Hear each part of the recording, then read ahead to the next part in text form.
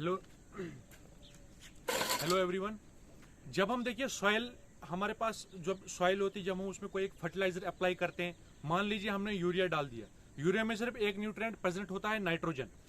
जब वो नाइट्रोजन हम डालते हैं तो हमारी क्रॉप का कलर चेंज हो जाता है, तो वो ग्रीनिश हो जाती है हमारी क्रॉप। तो हमें लगता है कि वो क्रॉप जो है वो बहुत ज्यादा रिस्पॉन्सिव है उसके, लेकिन ऐसा नहीं होता है। वो असल में उसकी अदर साइड में जो दूसरे न्यूट्रिएंट्स हैं उसमें लैग कर जाती है, फास्फोरस में, उसमें बाकी न्यूट्रिएंट्स में, तो फिर हमको उतनी यील्ड नहीं मिल पाती है। इस वीडियो में हम देखते हैं जो नाइट्रोजन फर्टिलाइजर्स होते हैं हमारे पास, उनका हम डिटेल देखते हैं इस वीडियो में। जो नाइट्रोजन फर्टिलाइजर होते हैं, एक जो प्लांट होता है हमारे पास, वो नाइट्रोजन को या तो वो एमोनियम की फॉर्म में लेकर अपटेक करता है, या तो नाइट्रेट की फॉर्म में करता है, या तो कुछ परसेंटेज में अमाइड में भी कर सकता है। जैसे यूरिया के केस में वो अमाइड में अपटेक करता है।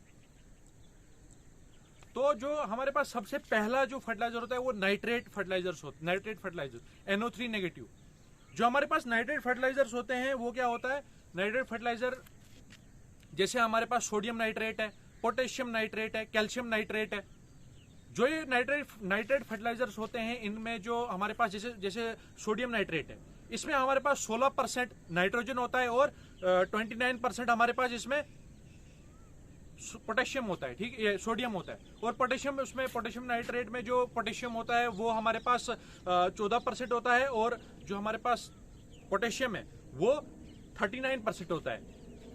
और जो कैल्शियम नाइट्रेट है, कैल्शियम नाइट्रेट में जो कैल्शियम होता है हमारे पास, वो जो नाइट्रोजन है वो हमारे पास 16% होता है, और जो कैल्शियम है वो 27% होता है। ठीक है, ये तो हमने ये तो देखिए, अब जब हम नाइट्रेट फर्टिलाइजर्स को सॉइल पर अप्लाई करते हैं, जब वो सॉइल पर अप्लाई होते हैं तो सॉइल का जो डीनाइट्रिफिकेशन हो जाती है उनकी।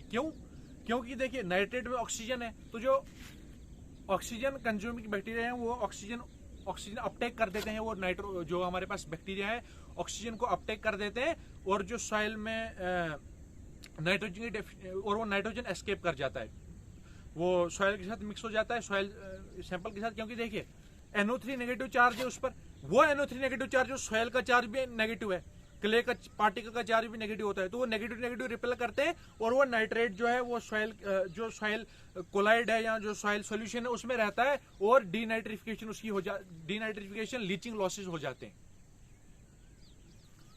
अब जो हमारे पास दूसरा है वो एमोनियम फर्टिलाइजर में हम सबसे पहले देखते हैं जैसे एमोनियम सल्फेट होता है। एमोनियम सल्फेट में 21% नाइट्रोजन होता है और 36% सल्फर होता है। तो अब दूसरा जैसे एमोनियम क्लोराइड है, एमोनियम क्लोराइड में 24% नाइट्रोजन होता है और 37% जो है वो ये होता है क्लोराइड होता है। 66% क्लोराइड होता है, 34 नहीं 66%। वो 66% क्लोराइड जो होता है उससे क्या होता है, उससे हमारी जो सॉइल है स्टार्च सिंथेसिस से इफेक्ट होता है। स्टार्च सिंथेसिस को जो है वो हैम्पर कर देता है, जो क्लोराइड है हमारे पास। अब एनहाइड्रस अमोनिया भी है। एनहाइड्रस अमोनिया भी एक बहुत ज्यादा लीथल जो मतलब एक्सप्लोसिव फर्टिलाइजर है, और उसमें बेसिसिटी इक्विवेलेंट उसका 80 है। तो जैसे हमारे पास दूसरा मोनो अमोनियम फॉस्फेट है, जैसे डाई अमोनियम फॉस्फेट में 18% नाइट्रोजन होता है, और जो ठीक है 18% इसमें नाइट्रोजन होता है। अब तीसरे टाइप के जो फर्टिलाइजर है वो है कैल्शियम अमोनियम नाइट्रेट। जैसे कैल्शियम कार्बोनेट, अमोनियम और नाइट्रेट, इसमें 3 फर्टिलाइजर्स होते हैं। इसका जो ये बेसिसिटी इक्विवेलेंट होता है वो 0 होता है। तो देखिए बेसिसिटी इक्विवेलेंट जो सोडियम नाइट्रेट और पोटेशियम नाइट्रेट का था वो 29% है। इस बेसिसिटी इक्विवेलेंट हम कैल्शियम कार्बोनेट की टर्म्स में मेजर करते हैं। इसका मतलब ये हुआ कि हमें 29 नंबर में जो है वो हमें वो डालना पड़ेगा सॉइल के अंदर, ताकि उसे जो उसकी बेसिसिटी है वो इक्विवेलेंट हो जाए। और कैल्शियम नाइट्रेट में जो बेसिसिटी इक्विवेलेंट है वो 21 का है।